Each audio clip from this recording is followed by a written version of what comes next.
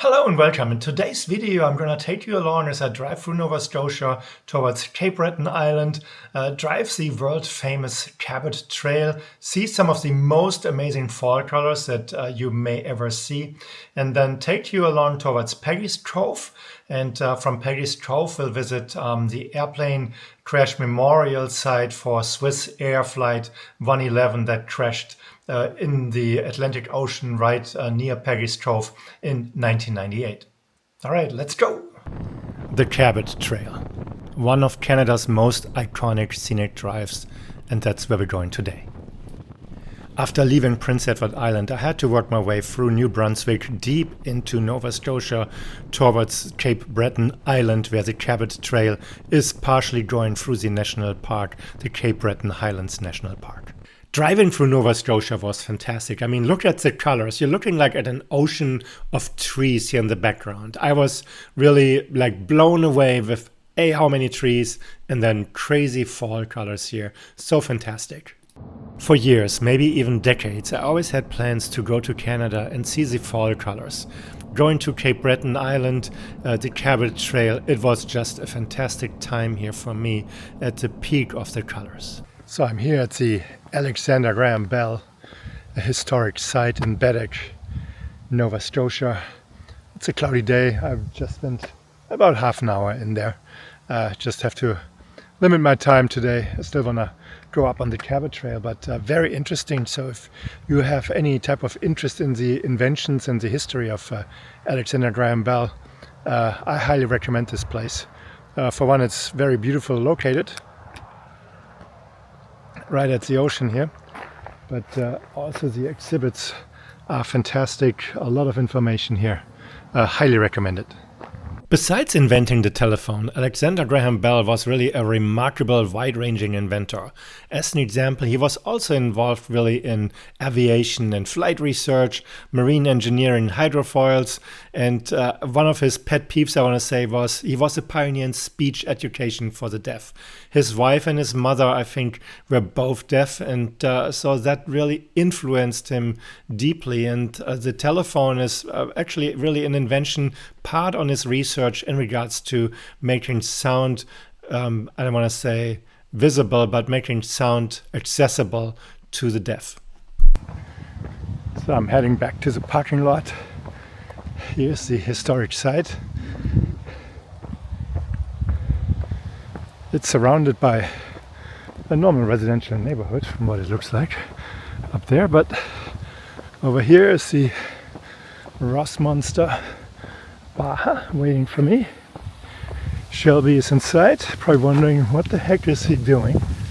But Alexander Graham Bell Historic Site of Canada. So I am now on the official Cabot Trail, and I'm driving it counterclockwise. That was the recommendation I received. And we'll see. So far so good. I'm driving around the bay here, and it's a beautiful drive. Let me switch the camera around and share the views with you. Alright, the bay is to the right here, and you can see the water coming through the trees a little bit. There are some houses here, and yeah, overall it's a very beautiful area. It's 80 kilometers per hour. That's what I'm driving. I have a car behind me, which I will probably let pass so that I have time to enjoy the drive and don't feel rushed. That's sometimes very unfortunate that people are always in a rush, and then when you just want to check things out, it's making it difficult. But again, here on Cabot Trail, here's the bay. Very nice views, no complaints. So I'm here at the corner of the Trans-Canada Highway, where on the left it goes to North Sydney to the Newfoundland ferry, and here this direction it goes to the world famous Cabot Trail, which is what I will be doing. And you can see there's lots of stickers on the sign already. I have a sticker too, DT Adventure, so I will place one of my stickers there and then head on the Cabot Trail. So there is my sticker DT Advanced right next to United 1887 from Buxtehude. That's from Germany. I'm originally from Germany, so I think that's quite fitting. But now let's get going onto the Cabot Trail.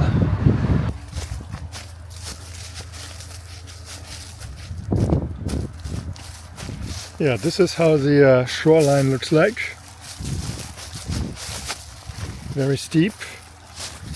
I would think very difficult to get up again once you're down here. But beautiful. Look at the trees over on the other side.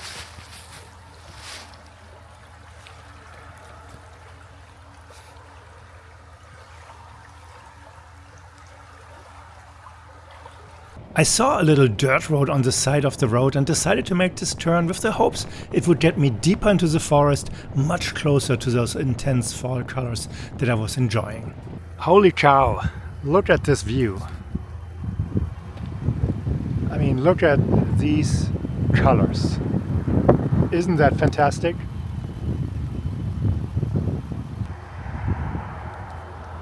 If there's one thing that stands for fall colors in Canada, it is Cape Breton. It's part of the Cabot Trail here, and this is one of the most iconic views. If you search for Cape Breton fall colors Canada, something like this, you will find this view in pictures and videos. I was like speechless and I was standing there and just soaking it in. Fall in Canada teaches a gentle truth. Endings are not losses. Change can be luminous, and the world, before going to sleep, often chooses to shine its brightest colors. In a world busy as ours, some places don't speak loudly. They don't ask for attention or interpretation. They simply exist, unchanged by urgency, unconcerned with time, patient enough to remind us that we are only passing through. In landscapes like this, nothing is in a hurry.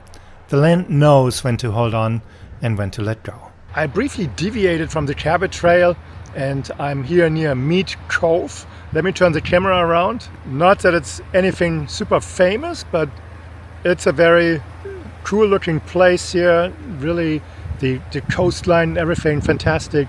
So very beautiful here. So I will head over there, check it out, and then turn around and figure out where I will stay for the night.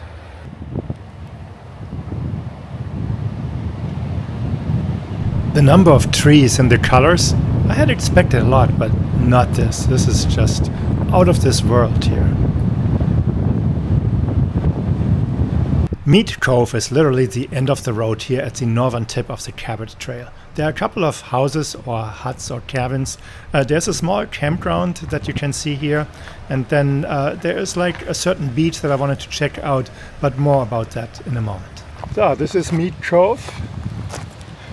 Apparently it's something that people do here. You have to build a tower out of rocks. Looks pretty cool.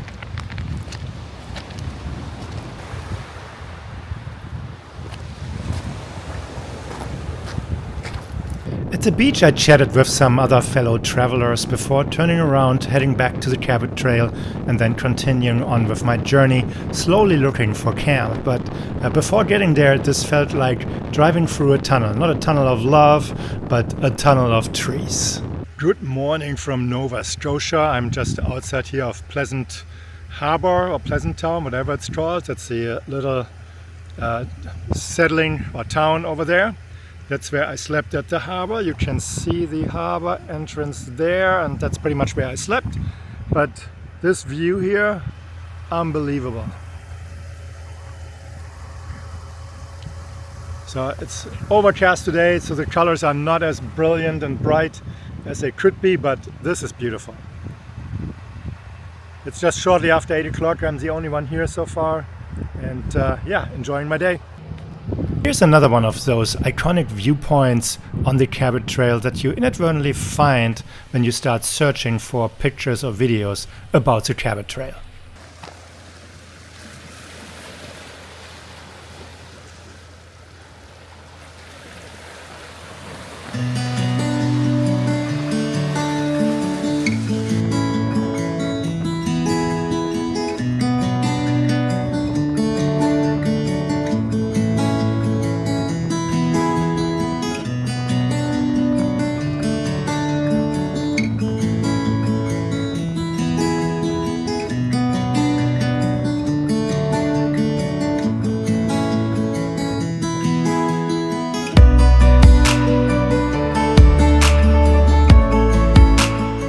I had seen enough leaves and trees and decided to work my way towards the coast, specifically towards Peggy's Cove. So drove down towards Halifax and then carried on to Peggy's Cove, one of the most beautiful stretches of coastline that I had seen here while being in Canada. It was cold and windy, and even though this is the off-season or shoulder season, and I know the fall colors are pulling a lot of people that are coming to Canada to see the fall colors, it was busy in Peggy's Cove, much busier than I had expected.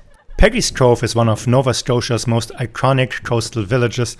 It's really known for its dramatic granite shoreline and the instantly recognizable Peggy's Point Lighthouse that was built in 1915. Unlike sandy beaches, the coast here is really made of these massive, almost like wave-sculpted granite boulders shaped by centuries of wind and the Atlantic storms. The village itself is small, and it's a working-class village at heart, with colorful fishing sheds, lobster traps, and a rhythm really still tied to the sea. On the 2nd of September 1998, Swissair Flight 111 with 229 people on board crashed into the Atlantic Ocean just off the shores here near Peggy's Cove. If you just drive down the road from Peggy's Cove a few miles, you will get to the memorial for this airplane crash site. It's actually one of two memorial sites. There's one here with Peggy's Cove, where a lot of the coordination for the rescue or recovery options were held. And then about, I think, 30 or 40 miles further down the coast on the other side of the bay is a second memorial. And that memorial actually has a list of all the names of the individuals that were on this airplane, but kind of an eerie place.